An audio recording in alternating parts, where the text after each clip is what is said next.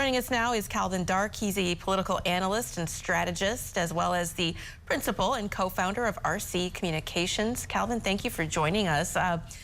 Former President Trump has made it very clear that no matter what happens, he will continue to run for president in 2024. What impact do you think this will have on the GOP primaries? Well, good evening, Julie. I think it's going to have a humongous effect on the GOP primaries and actually the whole election cycle for 2024. And here's the main reason why. From now and to the foreseeable future, everything that the candidates on the GOP field are going to be talking about is going to be this, their thoughts on it. What should happen if Trump gets the nomination? Every development they're going to have to chime in on. And what that means is they're not going to be talking about either individually what they want to do, say with the economy or other issues like crime or immigration, or what the party would want to do. Also with Joe Biden normally as an incumbent would have to make the argument before the American people of this is why I deserve to get reelected, but there's no more space for that. So Joe Biden's policy argument is going to be, well, look at me doing the job. So I think this legal kind of courtroom drama that is going to unfold is going to take up all the oxygen in the room for the GOP field and for the elections overall. Yeah, I was just talking about this with Andrew Rafferty, our political director. I mean, when you think about it, this is going to be, headline news for the foreseeable future, really. So really the impacts are pretty widespread, wouldn't you say, on the political campaigning? Exactly, because one of the things that isn't going to get much of attention is how do the GOP candidates differentiate themselves, right?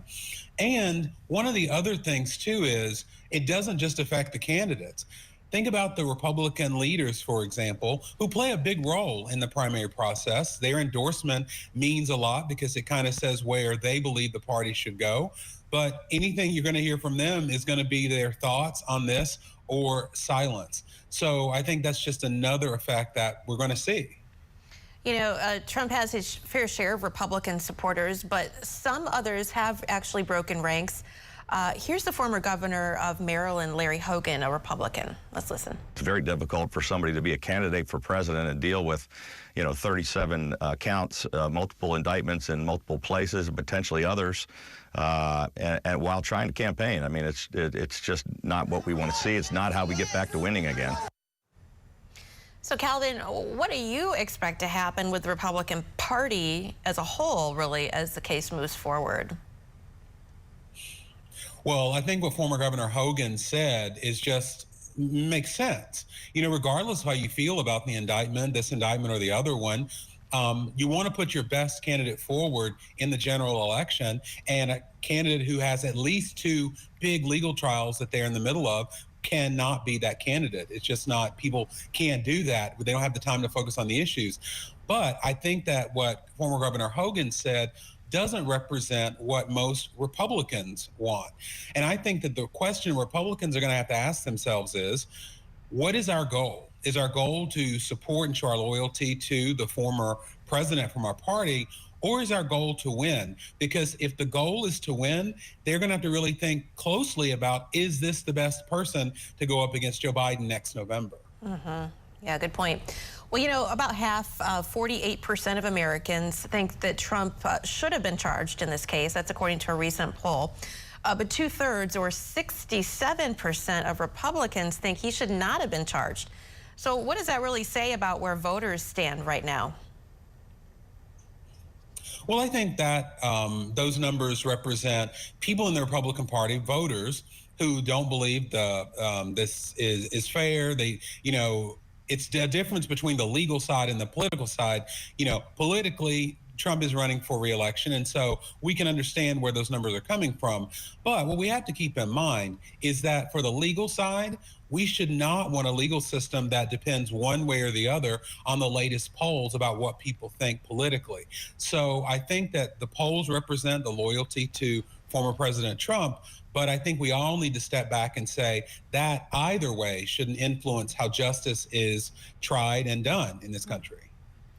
Well, presidential candidates on both sides are undoubtedly going to try to use this to their advantage. Pretty unlikely that they're going to be offering unbiased takes, right?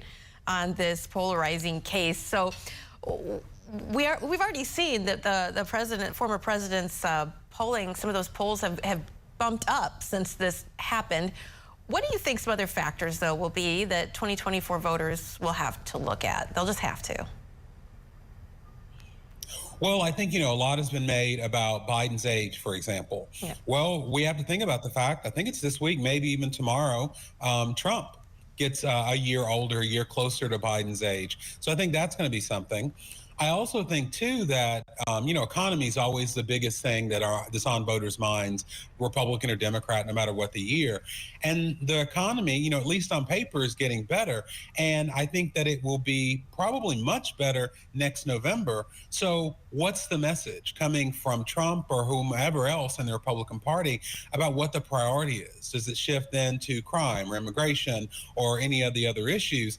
And I think that there's not going to be that meeting of the minds to decide what that direction is, because it's going to be all about who is going to be chosen as the nominee. And I think by the time that's done, voters are going to have to just decide on the little information that's available out there on what the candidates really want to do.